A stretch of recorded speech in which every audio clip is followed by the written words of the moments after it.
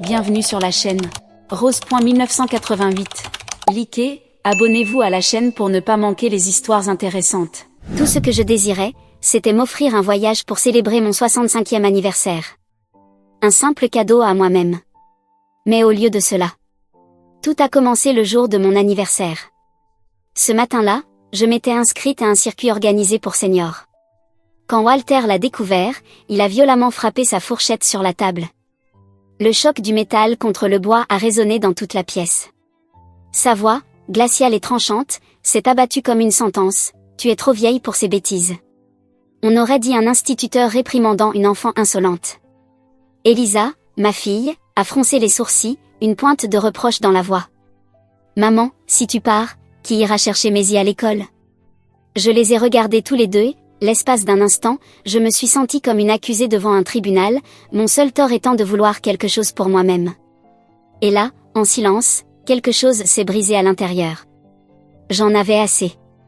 Je ne voulais plus me contenter d'être l'épouse de Walter, la mère d'Elisa, ou simplement la grand-mère de Junipé et Maisie. Cette fois, je voulais exister pour moi. Rien que pour moi. Tôt le matin, je suis allée faire quelques courses. J'ai rempli 2 grands sacs d'ingrédients. Aujourd'hui était un jour particulier, je tenais à préparer un vrai repas fait maison pour marquer l'occasion. J'ai cuisiné la soupe crémeuse au poulet que Walter aime tant. Ensuite, j'ai rôti des côtes de porc au romarin, exactement comme Elisa les préfère. Pour mes petites filles, j'ai concocté un menu personnalisé, muffins aux myrtilles fraîches et pudding au caramel.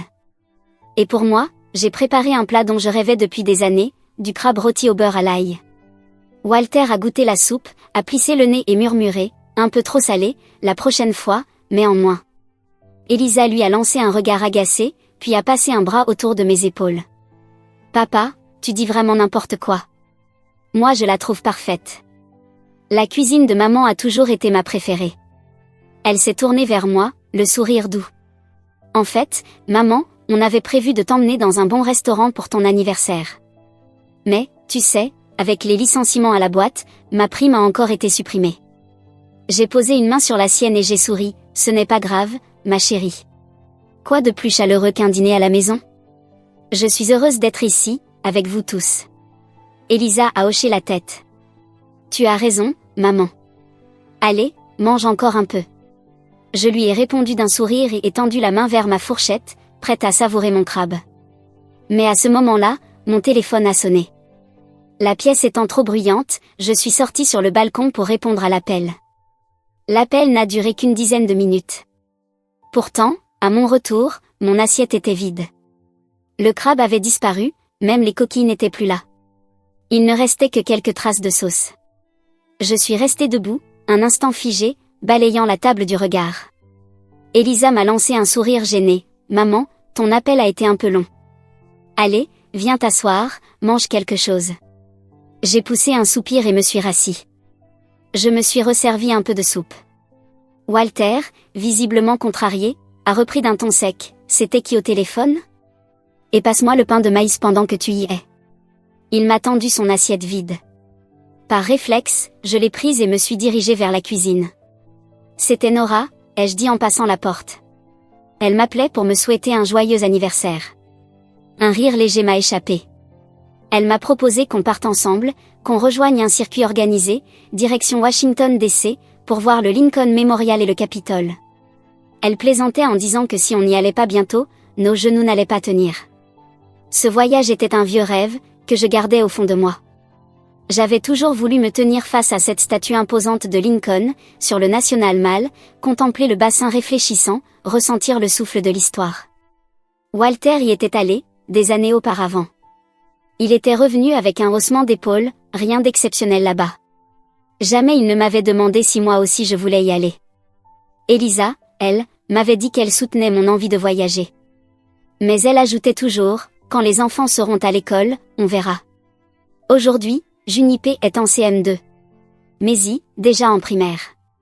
Et pourtant, elle n'en a plus jamais reparlé. Je ne lui en veux pas. Sa vie est un tourbillon de responsabilités, de délais et d'urgences. Chaque journée semble une course effrénée. Mais au fond de moi, je savais que si je continuais d'attendre, il serait bientôt trop tard. Alors cette année, je me suis offert un présent, un voyage. Pour faire des économies, je me suis inscrite à une escapade courte proposée par le centre communautaire des seniors. 3 jours, 2 nuits, repas et hébergement inclus. Le tout pour seulement 5 cents dollars. Nora a aussitôt fait la moue, je parie que c'est un de ces circuits bon marché qui t'emmènent faire le tour des magasins de souvenirs. Elle a ri, taquine.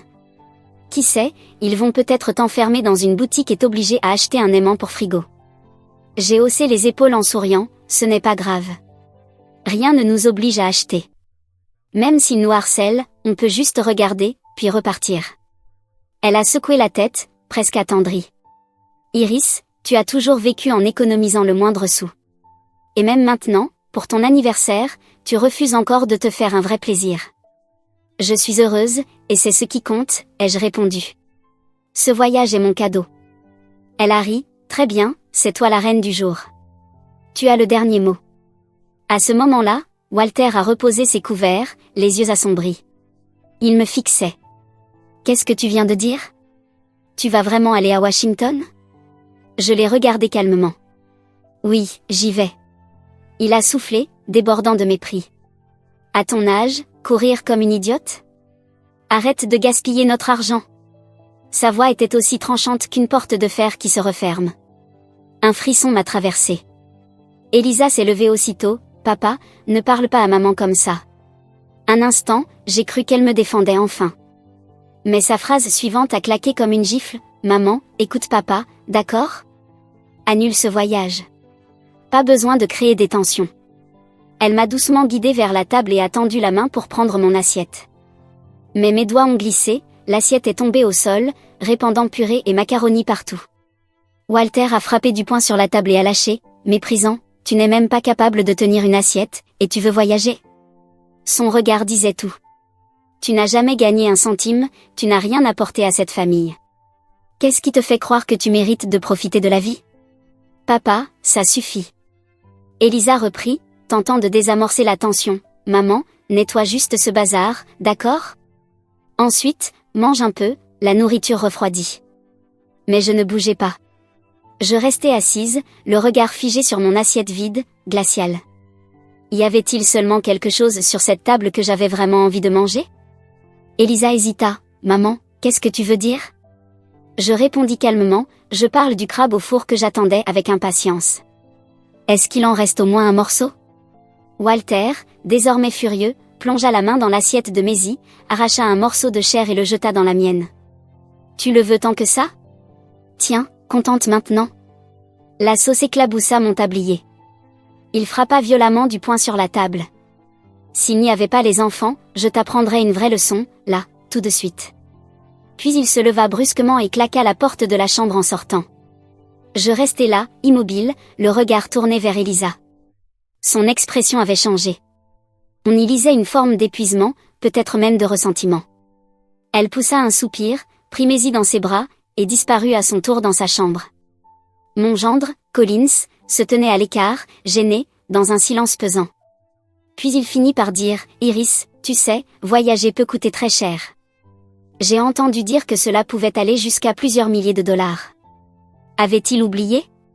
Ses parents ne s'étaient pas contentés d'aller à Washington l'année dernière. Ils avaient aussi participé à un circuit guidé à travers toute l'Europe. Et pas n'importe quel circuit, des voyages de luxe, haut de gamme, sans aucun arrêt shopping. 3 000 $ par personne. Et bien sûr, tout avait été payé par Elisa et Collins. Ils avaient enchaîné les séjours, exhibant leurs aventures sur les réseaux sociaux. Piscine d'hôtel, dîner à la française, visite VIP exclusive.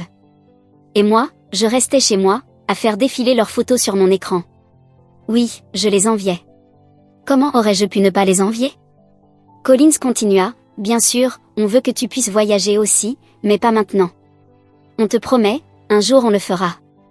Mais quand est-ce que leur promesse avait vraiment compté pour moi? Ce n'était qu'une autre excuse polie, un moyen de me faire patienter, encore. Et j'en avais assez. J'ai mes propres économies, Collins, dis-je d'une voix presque douce. Je ne dépense pas votre argent. Vous n'avez pas à vous inquiéter. Il se gratta la tête, visiblement embarrassé. Iris, ne dis pas ça. Elisa et moi, on t'a vraiment promis qu'on t'emmènerait un jour. C'est juste que là, c'est un peu difficile. Mais dès qu'on ira mieux financièrement, on le fera, c'est sûr. Je levai la main pour l'interrompre. J'en avais assez de ces promesses vides que j'avais entendues pendant des années. Il comprit le message et se tut. Le silence s'installa, lourd, étouffant. Sur la table, la nourriture à moitié mangée avait perdu toute chaleur. Seule une froideur morne restait dans l'air. Je me levai sans un mot, et m'agenouillai pour ramasser les éclats de l'assiette brisée plus tôt. Je ne voulais pas que Junipé ou Maisie se blessent en courant dans la pièce. Mais après seulement 2 morceaux ramassés, une douleur aiguë traversa le bas de mon dos.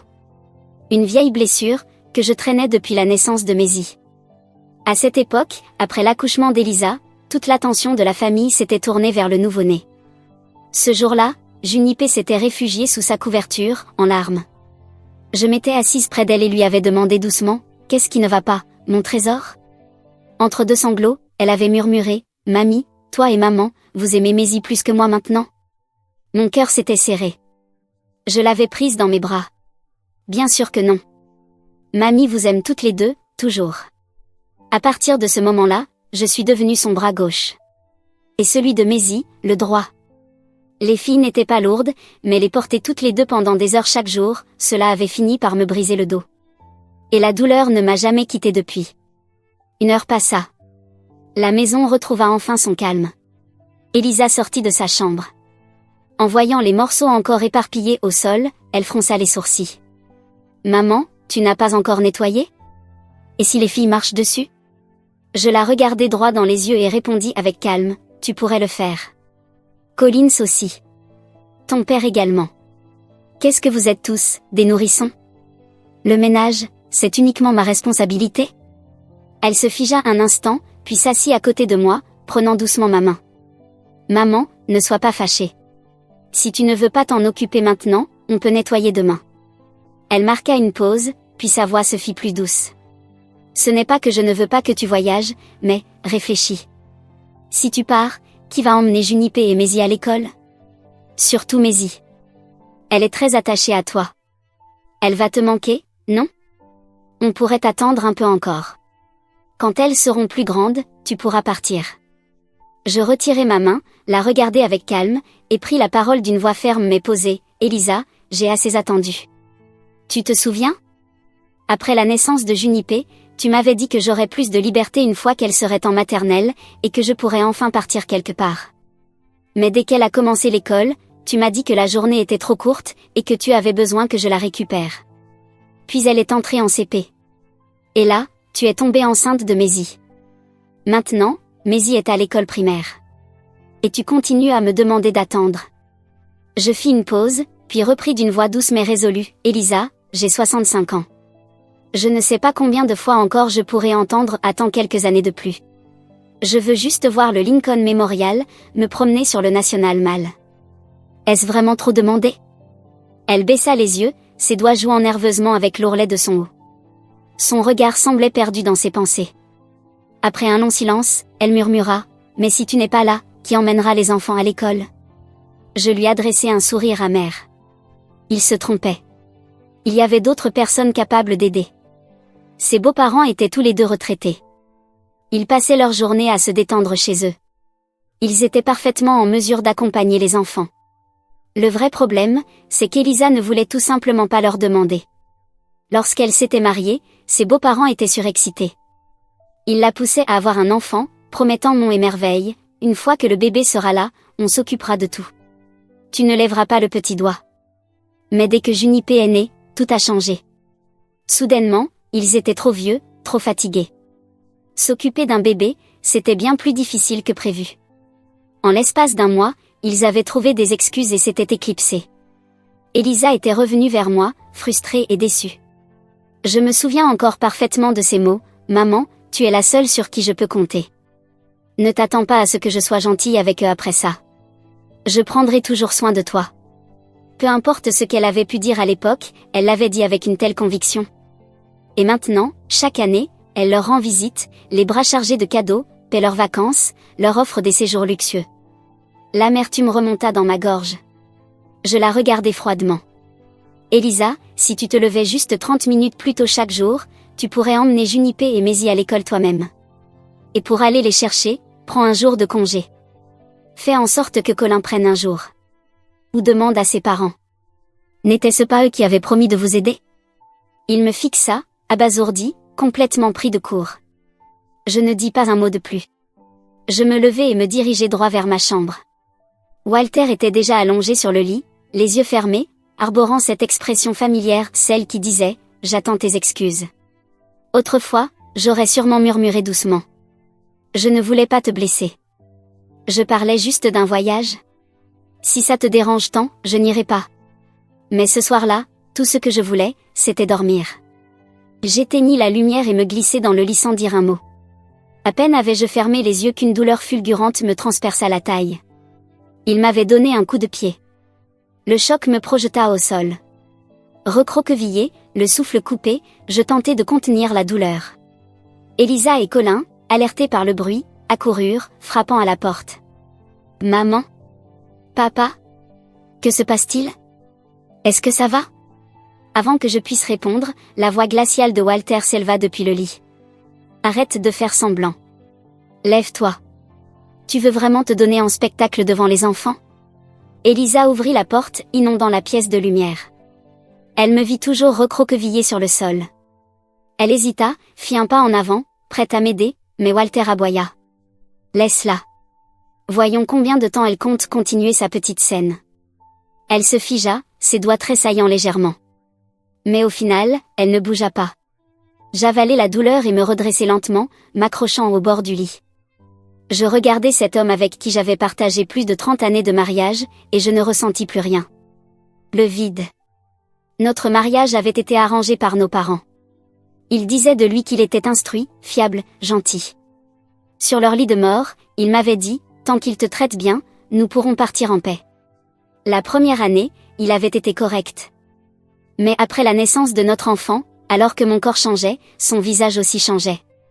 Il avait commencé à me critiquer, à se moquer de mon manque d'éducation, à rire de la manière dont je négociais au marché, à se plaindre de mon apparence. Mais comment aurais-je pu faire autrement? Je m'occupais d'un enfant, faisais la lessive, la cuisine, tenais la maison entière. Il rentrait du travail, exigeait que le dîner soit prêt. Où étais-je censé trouver le temps, l'énergie, ou même l'argent pour me rendre présentable? Il n'a jamais compris que mener une vie élégante demande du temps. Et de l'argent. Pourtant, son salaire à peine suffisant ne couvrait que nos besoins essentiels. Et il adorait prêter de l'argent à ses soi-disant amis, sans jamais en revoir un centime. Chaque fois que je lui demandais de récupérer ses dettes, il faisait la grimace. Il traverse une mauvaise passe. Tu veux que je leur cours après comme un mendiant? Et ma dignité alors? Alors, j'ai appris à étirer chaque sou jusqu'à le fendre en deux. Toutes ces années, je me suis pliée à ses exigences, je me suis rétrécie, oubliée. Je pensais que c'était moi le problème. Que je n'étais pas assez bien. Pas assez cultivée. Pas assez digne. Mais maintenant, je vois la vérité en face, ce n'était pas moi. C'était lui. Il n'en a jamais valu la peine. Walter, je veux divorcer. Cette nuit-là, je ne dis plus un mot. Je m'assis dans le salon jusqu'au matin, incapable de fermer l'œil. Je regardais les quelques vêtements usés que j'avais entre les mains, et je commençais à faire mes valises, en silence. Au fil des années, je ne m'étais quasiment rien offert de neuf. Toujours cette petite voix dans ma tête, économise, pense à la famille. Mais aujourd'hui, je comprends à quel point je me suis trompée. J'ai passé ma vie entière coincée dans des rôles faits pour les autres. Je suis devenue l'épouse de Walter. Puis la mère d'Elisa. Puis la grand-mère de Junipé et Maisie. Et quelque part sur ce chemin, j'ai oublié que j'étais aussi moi. Je fis une pause, mon regard tombant sur cette vieille valise cabossée, éclairée par la lumière jaune tamisée. Je ne voulais rien emporter d'autre. J'avais pris ma décision. À partir d'aujourd'hui, je vivrai pour moi, pour une fois. À l'aube, j'ai pris mon passeport, mes cartes bancaires, mon permis de conduire et le titre de propriété de la maison. Puis j'ai franchi la porte. Je suis allée directement chez Nora. Nora, oublie ce circuit bon marché. On passe au forfait luxe. C'est moi qui invite. Elle me dévisagea, les yeux écarquillés, me scrutant de la tête aux pieds. Qu'est-ce qui s'est passé? Qui es-tu, et qu'as-tu fait d'Iris? Tu n'économises plus tout pour ta fille? Je lui ai souri faiblement et je lui ai raconté toute l'histoire de la nuit précédente. Nora. J'ai mené une vie pathétique. J'ai passé plus de 30 ans à prendre soin de Walter. Et à ses yeux, je ne suis même pas une personne. Et ma fille, à laquelle je me suis accrochée si fort. Elle m'a vu me faire jeter du lit par mon mari et elle n'a rien dit. Elle n'a même pas tendu la main. Ma voix s'étrangla. Les larmes embuèrent ma vue. Nora me posa doucement la main sur l'épaule. C'est parfait. Tu as enfin vu les choses telles qu'elles sont. À partir de maintenant, tu ne dois plus rien à personne. Il est temps de vivre ta propre vie. Je m'essuyai le visage, me redressai. Tu as raison. Dès aujourd'hui, j'en ai fini avec leurs problèmes. Réservons le circuit haut de gamme et partons. À l'aéroport, alors que je sortais de la voiture et attrapais ma valise, mon téléphone se mit à sonner. Je rejetai l'appel sans hésiter. Puis ce fut Elisa. Je refusai de nouveau. Nora se tourna vers moi et me fit un clin d'œil avec un pouce levé. Voilà ce que je voulais voir. Tu prends enfin des décisions pour toi-même. Quelques instants plus tard, une pluie de messages arriva. Un après l'autre. De Walter. Si tu franchis cette porte, ne compte pas revenir. Si tu oses aller à Washington, ne pense même pas remettre les pieds dans cette maison. Puis ceux d'Elisa. Maman, tu es vraiment partie? Tu voyages pour de vrai? Maman, s'il te plaît, ne fais pas ça. Papa est furieux. Maman, tu n'as même pas préparé le petit déjeuner. Junipé et Maisie vont être en retard. Maman, reviens. Je regardai l'écran en silence. Puis j'éteignis le téléphone. J'avais enfin pris ma décision. Ma nouvelle vie allait commencer. Et oui, c'était vraiment un circuit de luxe. Tout était différent. La nourriture était exceptionnelle, l'hébergement confortable, chaque étape semblait conçue sur mesure. Chaque site avait une entrée réservée, pas de file d'attente, pas de chaos. On avait même une assistante de voyage personnelle qui prenait de nos nouvelles chaque jour. En quelques jours, Nora et moi avions dégusté les meilleurs plats locaux, visité d'innombrables musées et lieux historiques. Nous nous sommes tenus en silence devant le Lincoln Memorial. Nous avons exploré le Capitole, les musées Smithsonian, les ruelles pittoresques de Georgetown. Nous avons marché sur presque tous les chemins emblématiques de Washington. Tout ce poids que je portais dans le cœur depuis des années, le vent semblait l'emporter. Walter et Elisa ne m'ont plus jamais appelé. Sans doute pensaient-ils que le silence me ferait changer d'avis. Mais ce qu'ils ignoraient, c'est que cette fois, je ne reviendrai pas. Pendant le voyage, j'ai contacté un agent immobilier pour commencer à vendre la vieille maison que mes parents m'avaient laissée. Ce n'était pas une grande maison, mais elle était idéalement située, en plein centre-ville. Et il y avait de fortes chances qu'un promoteur la rachète bientôt. L'agent m'a donné une estimation d'environ 600 000 $. J'avais toujours prévu de céder cette maison à Elisa un jour. Mais aujourd'hui, j'ai complètement changé d'avis. Même en ne vivant que des intérêts, ce serait bien plus qu'assez pour vivre confortablement. Pourquoi continuer à me punir, pour des gens qui ne m'ont jamais vraiment apprécié? J'avais prévu de mettre à jour les photos une fois rentrée, alors j'avais repoussé ça pour plus tard. Je pensais que Walter et Elisa attendraient au moins mon retour avant de faire quoi que ce soit. Mais dès le 5e jour, Elisa recommença à envoyer des messages. Maman, tu rentres quand? J'ai l'impression d'avoir une nouvelle maman maintenant. Darla, la voisine, est pratiquement en train d'emménager. Nora et moi ne sommes pas rentrés plus tôt. Nous avons profité pleinement des 10 jours de voyage, jusqu'au moment de monter à contre-cœur dans l'avion du retour. Tandis que l'avion prenait de l'altitude, la ville, les rivières, les gens en bas se transformaient en une carte miniature sous nos pieds. Nora se tourna vers moi. Et maintenant? Tu vas vraiment divorcer? Je secouai doucement la tête. Nora, j'ai 65 ans. La plus grande partie de ma vie est déjà derrière moi. Je ne veux plus vivre dans la souffrance. Elle hocha la tête. Si jamais ça tourne mal, viens t'installer chez moi quelque temps. Je suis rentrée vers 15 heures. J'ai monté les marches, clé en main, pour découvrir que la serrure ne correspondait plus. En y regardant de plus près, j'ai vu qu'elle avait été changée. Je suis restée là, la clé toujours serrée dans ma main, une étrange brume s'abattant sur moi. Derrière cette porte se trouvait la maison dans laquelle j'avais mis toute ma vie, toute mon énergie. Un instant, j'ai pensé appeler Walter ou Elisa pour qu'ils m'ouvrent. Puis j'ai changé d'avis. J'ai appelé un serrurier. Heureusement, j'avais le titre de propriété avec moi. Une fois qu'il eut vérifié que la maison m'appartenait bien, il s'est mis au travail. Une nouvelle serrure installée il y a quelques jours, et vous voulez déjà la remplacer, grommela-t-il en bricolant. Vous aimez vraiment l'action dans cette maison. En quelques minutes, la porte fut ouverte, une serrure toute neuve posée. Mais dès que j'entrai, je me figeai.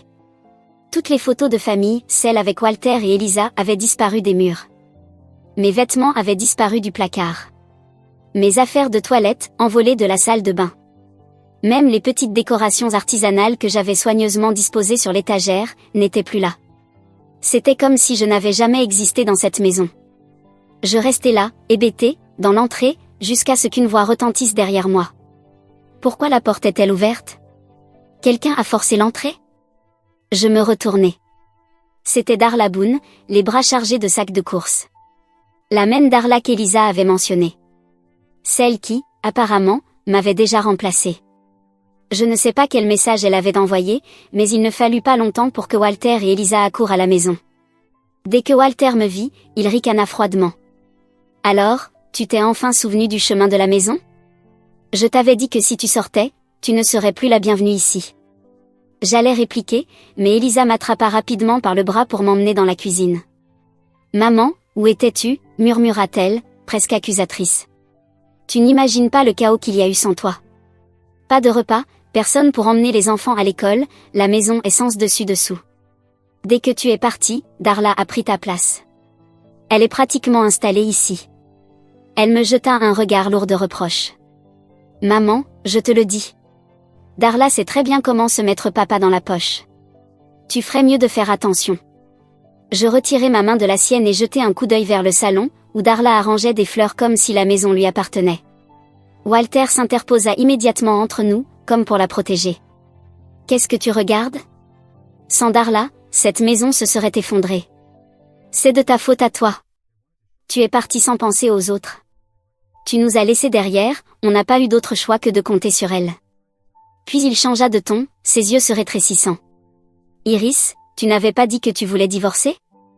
Alors qu'est-ce que tu fais encore ici? » Je souris, froide, lente. « Je suis revenue pour récupérer ce qui m'appartient. N'oublie pas, Walter, cette maison, elle est à moi. Pas à toi. » Darla se figea, le visage pétrifié. « Quoi » s'écria-t-elle. « Walter, tu ne m'avais pas dit que cette maison était à toi? » Le visage de Walter vira au blanc, sa bouche s'ouvrit et se referma sans qu'un mot n'en sorte. Je sortis calmement le titre de propriété de mon sac et le lui tendis. « Tiens, Darla. Regarde de toi-même à quel nom est cette maison. » Elle jeta un œil au document et se tut. Après un court silence, elle se retourna et quitta la maison sans dire un mot. Pas même un regard pour Walter. Son visage se colora de rouge, son pied frappa le canapé avec rage, faisant tomber tout ce qui se trouvait sur la table basse. « Très bien, Iris. Tu as gagné, sale vieille ingrate. Je te divorce. » Je ne sciais pas. « Parfait. C'est exactement ce que je veux. » Elisa, surprise et paniquée, se précipita vers nous. « Maman. Tu as 65 ans. Tu veux vraiment divorcer maintenant? Tout le monde va se moquer de toi. Et puis, il ne s'est rien passé entre papa et Darla, tu as mal compris. Il l'a juste amené ici pour te provoquer. Il tient encore à toi. Ravale ta fierté, excuse-toi. Repartons à zéro. » Je retirai mon bras, mon regard aussi tranchant qu'une lame. « Elisa, savais-tu que les serrures de la maison avaient été changées? Savais-tu que nos portraits de famille avaient été décrochés et jetés à la poubelle? Savais-tu que tout ce qui m'appartenait avait été balancé dehors par ton père? » Ma voix était glaciale, chaque mot lourd, précis, tranchant. « Elisa, je t'ai élevée pendant 30 ans. Et c'est ainsi que tu me remercies? Par ton silence. Par ta trahison. Tu as vu ce qu'il m'a fait, et tu n'as rien dit. Et maintenant, tu veux que je m'excuse? Très bien. Écoute-moi bien. Je ne divorce pas seulement de ton père. À partir d'aujourd'hui, je coupe aussi les ponts avec toi. » Le lendemain, j'ai rencontré Walter au cabinet d'avocat pour signer les papiers du divorce. Il était là, muet, morose, refusant de croiser mon regard. Je le fixai droit dans les yeux. « Qu'est-ce qu'il y a? Tu regrettes déjà de perdre la vieille inculte que tu as tant méprisée toutes ces années? Allons Walter, si tu as encore un peu de dignité, arrête de faire semblant d'être fort. Tu voulais divorcer? Alors signe. Son visage vira au cramoisi, ses mâchoires se crispèrent. Très bien. Je vais signer tout de suite. Elisa, présente à côté, tenta de le retenir, de l'empêcher de signer. Mais cette fois, peu importe ses supplications, elle ne put rien faire. Une fois les papiers signés, nous avons déposé notre demande de divorce à la mairie. Mais l'agent nous informa qu'il faudrait encore attendre un mois avant que la procédure ne soit finalisée. Ce n'est qu'après l'approbation du tribunal que le divorce serait officiel. En entendant ces mots, je comptais déjà les jours dans ma tête, impatiente que tout cela prenne fin. Walter, en revanche, affichait toujours ce sourire arrogant, ricaneur, tandis que nous quittions le bâtiment. Iris, tu ferais mieux de ne pas regretter tout ça. Une fois divorcé, que te restera-t-il? Aucun revenu. Rien d'autre que tes petites économies ridicules. Si ce n'était pas moi qui avais soutenu cette famille toutes ces années, tu serais morte de faim. Crois-moi, dans moins d'un mois, tu viendras me supplier de te reprendre. Je ne répondis pas. Mais la greffière derrière le bureau ne put s'empêcher de sourire. Waouh, drame d'un vrai ex-mari amer. Madame, félicitations. Vous êtes enfin libre. Je lui rendis son sourire, calme et assuré. Merci. Walter partit en trombe, claquant la porte derrière lui. Moi, je tournai dans l'autre direction. Je transmis immédiatement les photos récentes de l'ancienne maison à l'agent immobilier. Cette petite bâtisse, située en plein centre-ville, valait désormais près de 600 000 $. Je n'hésitai pas une seconde. Je dis à l'agent. Vous pouvez baisser un peu le prix si nécessaire. Je veux juste une vente rapide. J'y ajoutai même une note. Techniquement, la maison est à mon nom. Mais mon ex-mari et ses proches y vivent encore. Ce ne sera peut-être pas simple à vider. L'agent ne se laissa pas démonter. Ne vous inquiétez pas, madame. Nous avons déjà géré ce genre de cas. Si le prix est bon, les acheteurs sauront s'adapter. Et effectivement, quelques jours plus tard, elle me contacta. Un acheteur était intéressé. Mieux encore, elle avait pris soin de le choisir, quelqu'un d'habitué à gérer les locataires, compliqué. Dès que je le rencontrai, je compris. L'homme était immense, épaules larges, tatouages courant le long des bras et dans le dos. Je n'arrivais même pas à sa poitrine. Sa voix était grave mais directe. Madame, j'ai entendu parler de votre situation. Ne vous inquiétez pas. Une fois que cette maison sera à moi, je m'assure que ces gens partent. Rapidement. Je ne pus m'empêcher de rire. Il avait l'air rude, mais j'aimais son franc-parler. Nous avons signé le contrat sans perdre de temps. Walter avait dû l'apprendre par l'agence, car c'est à ce moment-là que les appels ont commencé. Je n'en ai décroché aucun. Pourquoi ne pas avoir bloqué son numéro? Parce que je voulais qu'il perde la tête. Qu'il continue à appeler jusqu'à ce que ses doigts en aient des crampes. Tout en sachant qu'il n'aurait jamais de réponse. Rien que d'imaginer son visage crispé de frustration, cela suffisait à me satisfaire. Puis ce fut au tour d'Elisa d'appeler. Je l'ignorais aussi. Rapidement, ils passèrent au message. Les textos de Walter affluaient. Iris, t'as vraiment vendu la maison? Je suis censée vivre où maintenant? Je te préviens, même si tu la vends, je ne partirai pas. Je squatterai ici s'il le faut. Réponds au téléphone. Sinon, je ne garantis pas ce que je ferai. C'est qui cet acheteur? Il a ramené du monde pour nous virer. Je vais appeler les flics. Et je te le dis maintenant, je suis avec Darla. Trop tard pour ramper à mes pieds. Puis vinrent les messages d'Elisa. Maman, tu as vraiment vendu la maison? Et nous alors? Et les enfants? S'il te plaît, ne m'ignore pas. Je sais que j'ai eu tort. Junipé et Maisy n'arrêtent pas de demander quand tu rentres. Maman, si tu reviens, je ferai en sorte que papa te demande pardon en personne. Je le jure. Je ne laisserai plus jamais Darla mettre un pied ici. Tu es la seule maman que j'ai. Mais c'était trop tard. La vérité, c'est que j'ai toujours su qu'Elisa connaissait la différence entre le bien et le mal. Elle n'avait simplement pas le courage de l'affronter. Pour elle, Walter tenait les cordons de la bourse. Il représentait le pilier de la maison. Peu importait qu'il ait tort, toute la famille devait tourner autour de lui. Quant à moi, je n'étais que la bonne à tout faire. La femme de ménage non payée. La nourrice. Qui se soucie de ce que ressent la bonne? Ce n'est que lorsqu'elle a compris que je prenais vraiment ce divorce au sérieux qu'elle a commencé à paniquer. Elle n'avait pas peur de me perdre. Non. Elle craignait que Darlan arrive, prenne la pension de Walter et les quelques biens restants. Alors, elle a tenté de jouer la fille repentante, espérant que je revienne et que l'ordre ancien se rétablisse. Mais je n'ai répondu à aucun de leurs messages. Je les ai lus, puis laissés sans réponse. Jusqu'au jour où le tribunal m'a envoyé le jugement de divorce officiel. Ce jour-là, j'ai envoyé à Walter un seul message. C'est l'heure. On va chercher l'acte de divorce aujourd'hui. Après 30 jours de séparation, Walter n'était plus le même. Lui qui, autrefois, était toujours tiré à 4 épingles, se tenait devant moi vêtu d'une chemise froissée. Ses cheveux étaient visiblement plus gris. Et même ses chaussettes ne correspondaient pas, l'une marron, l'autre grise. Dès qu'il me vit, il se figea. Il lui fallut quelques secondes avant de murmurer. « Iris, pourquoi tu es si élégante ?» C'est vrai. Ces dernières semaines, j'avais commencé à suivre des cours de yoga, pris soin de ma peau, testé une nouvelle coupe, porté des vêtements qui m'allaient parfaitement. Qui a dit qu'à un certain âge, on devait disparaître doucement ? Allons-y. Plus de bavardage, dis-je d'un ton sec. Walter hésita, sa bouche s'ouvrit, puis se referma plusieurs fois, avant de lâcher. Peut-être qu'on devrait se remettre ensemble. Je ne veux pas que tu regrettes. Je baissai les yeux vers ses chaussettes dépareillées et laissai échapper un rire froid. Du regret ? La seule chose que je regrette, c'est de ne pas être parti plus tôt. Walter, ne me fais pas te mépriser encore davantage. Et c'est ainsi que nous avons reçu nos papiers de divorce officiel. La maison m'appartenait toujours, elle était à mon nom avant le mariage, donc elle me revenait entièrement. Quant au bien commun, il n'y en avait presque pas. Nous avons divisé une petite somme d'économie, chacun repartant avec moins de 10 000 $. Une fois les formalités terminées, un rayon de soleil traversa la fenêtre et vint se poser doucement sur mes épaules. C'était comme si l'on venait de me remettre une médaille de la liberté. Walter baissa la tête. Son expression restait indéchiffrable. Je ne lui jetai même pas un dernier regard.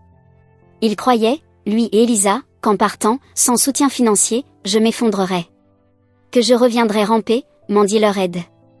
Ce qu'ils ignoraient, c'est qu'à présent, je gagnais plus que 2 réunis. Tout avait commencé lors de ce voyage avec Nora. Nous étions tombés par hasard sur un défi de chant dans la rue. Un jeune homme avec un micro appelait la foule. Qui veut finir les paroles ? Chaque bonne réponse vaut 100 $. Avant que je ne puisse réagir, Nora me poussa en avant. Iris, n'oublie pas. Tu étais la voix d'or de notre ville à l'époque. Le jeune homme me sourit et me tendit le micro. Allez madame, montrez-nous ce que vous avez. Finissez les paroles, gagnez de l'argent. Il entama la chanson. At first he was afraid, he was pétrifié. Sans une seule hésitation, je pris le relais. Je n'arrêtais pas de penser que je ne pourrais jamais vivre sans toi à mes côtés. Ses yeux se sont illuminés.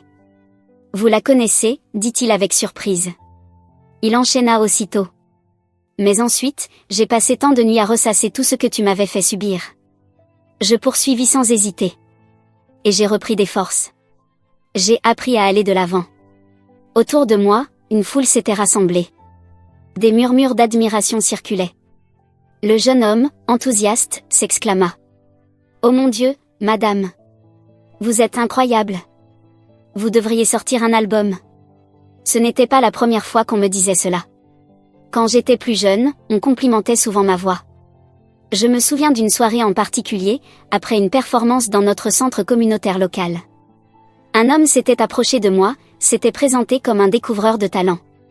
Il m'avait dit que j'avais du potentiel, que je devrais passer des auditions, envisager une carrière musicale.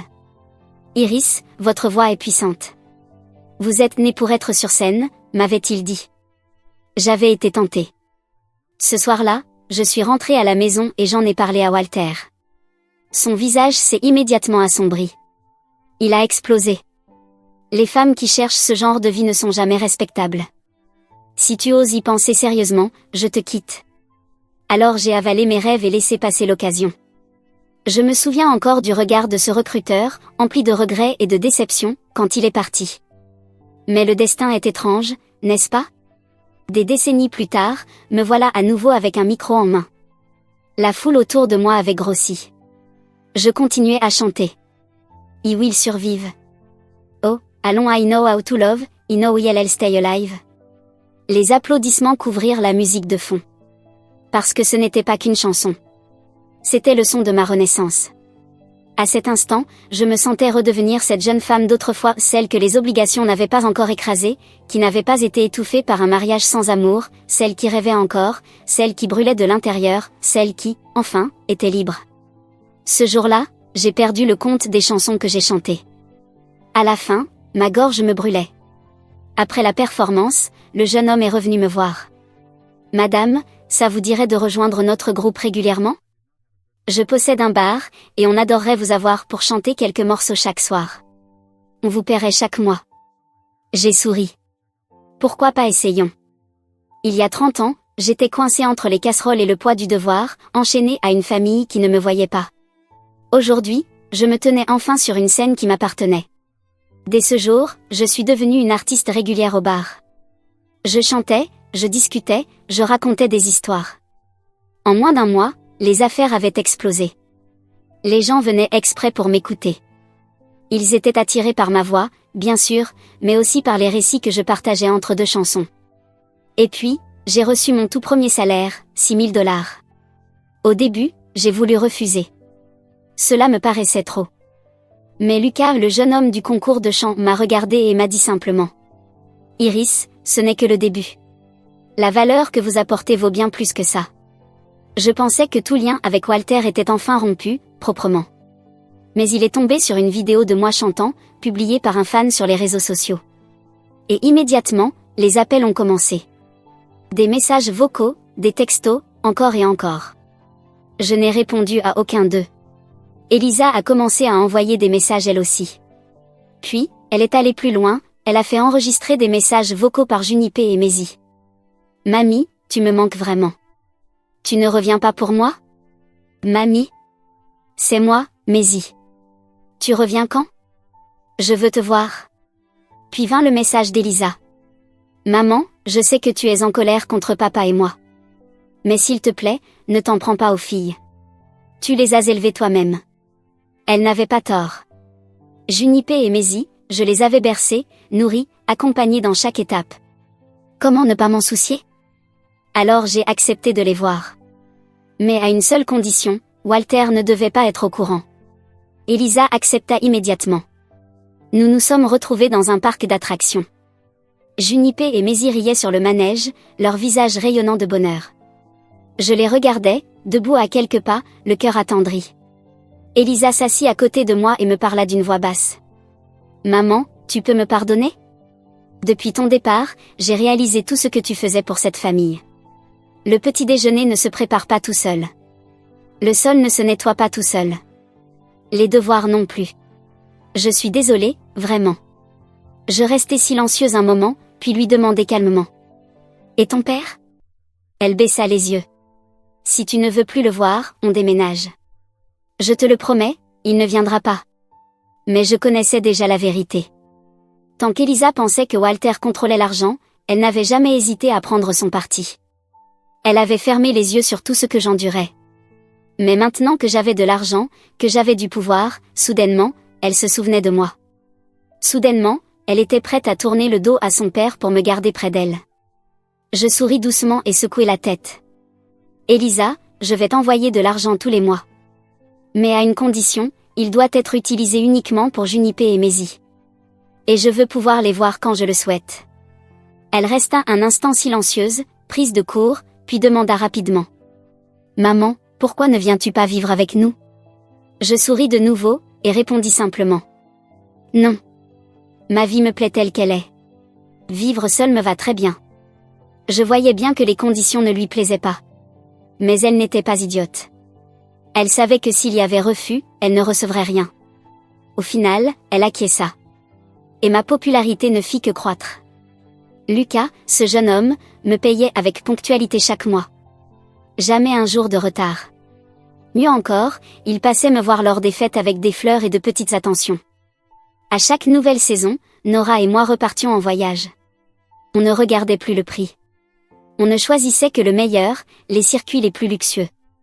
Et Nora riait en disant « Ma meilleure amie est enfin assez riche pour me gâter. » Nous avons traversé montagnes et rivières, en riant tout le long du chemin. Pour une fois, la vie m'a semblé douce, bienveillante.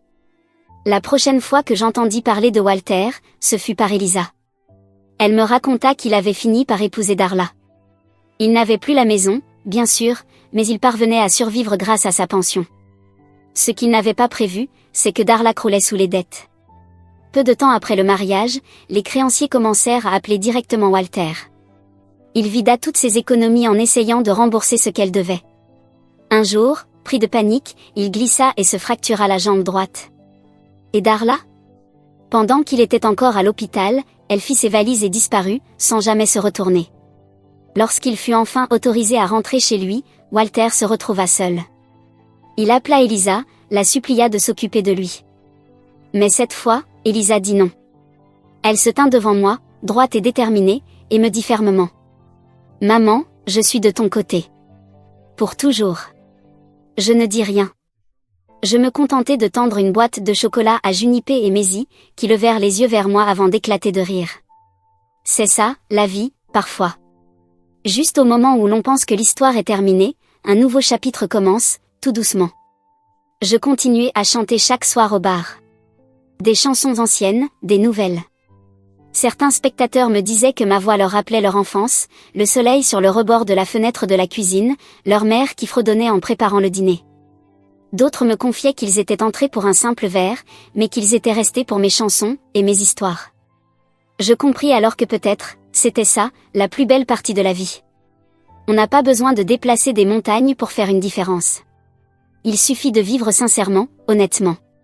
Et cela suffit à apporter de la lumière aux autres. Très vite, on me demanda de participer à des événements communautaires. Même la chaîne de télévision locale me contacta pour raconter mon histoire. De femmes au foyer à chanteuses, titraient leur reportage. Je souris. Je n'étais pas une source d'inspiration. J'étais simplement une femme qui avait repris sa vie en main. Parfois, Elisa venait me rendre visite avec les filles. Junipé m'aidait à nettoyer le jardin pendant que Maisie grignotait des graines de tournesol et me suppliait. Nana, chante encore cette chanson de la femme forte. Celle qu'elle appelait ainsi, c'était I Will Survive. Je souriais, me raclais doucement la gorge, et je commençais à chanter.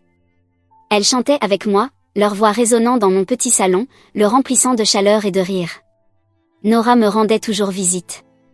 On s'asseyait sur le balcon, en sirotant du thé et en planifiant notre prochaine aventure. Alors, prochaine destination? L'Allemagne? La Suisse? Un road trip à travers les États-Unis? Je souriais. Peu importe, tant que ce n'est pas un chemin qui me ramène en arrière. Elle riait. Toi, mon ami, tu es une légende, maintenant. Je secouais doucement la tête. Pas une légende. Juste, libre. J'aime la vie que j'ai maintenant. J'aime me réveiller sans marcher sur la pointe des pieds, sans craindre l'humeur de quelqu'un d'autre. J'aime vivre sans peur que mes rêves soient tournés en dérision, étouffés ou rejetés. J'ai même commencé à écrire. À coucher mon histoire dans un livre. Un livre pour les femmes qui luttent encore en silence. Pour celles que j'ai été. Celles piégées par le mariage, la famille, les obligations. Je veux leur dire que l'on peut recommencer. Que 60 ans, ce n'est pas la fin. C'est le moment où la vie recommence à fleurir. Je m'appelle Iris Evans. 60 ans. Divorcée. Chanteuse. Femme indépendante. Une femme qui a enfin retrouvé celle qu'elle était. Ce nom. Cette vie. Je viens tout juste d'apprendre à les chérir.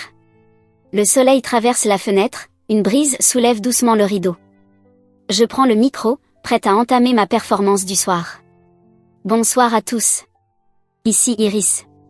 Chantons quelque chose de beau, ce soir. La vie continue. Mais moi, je ne suis plus la même.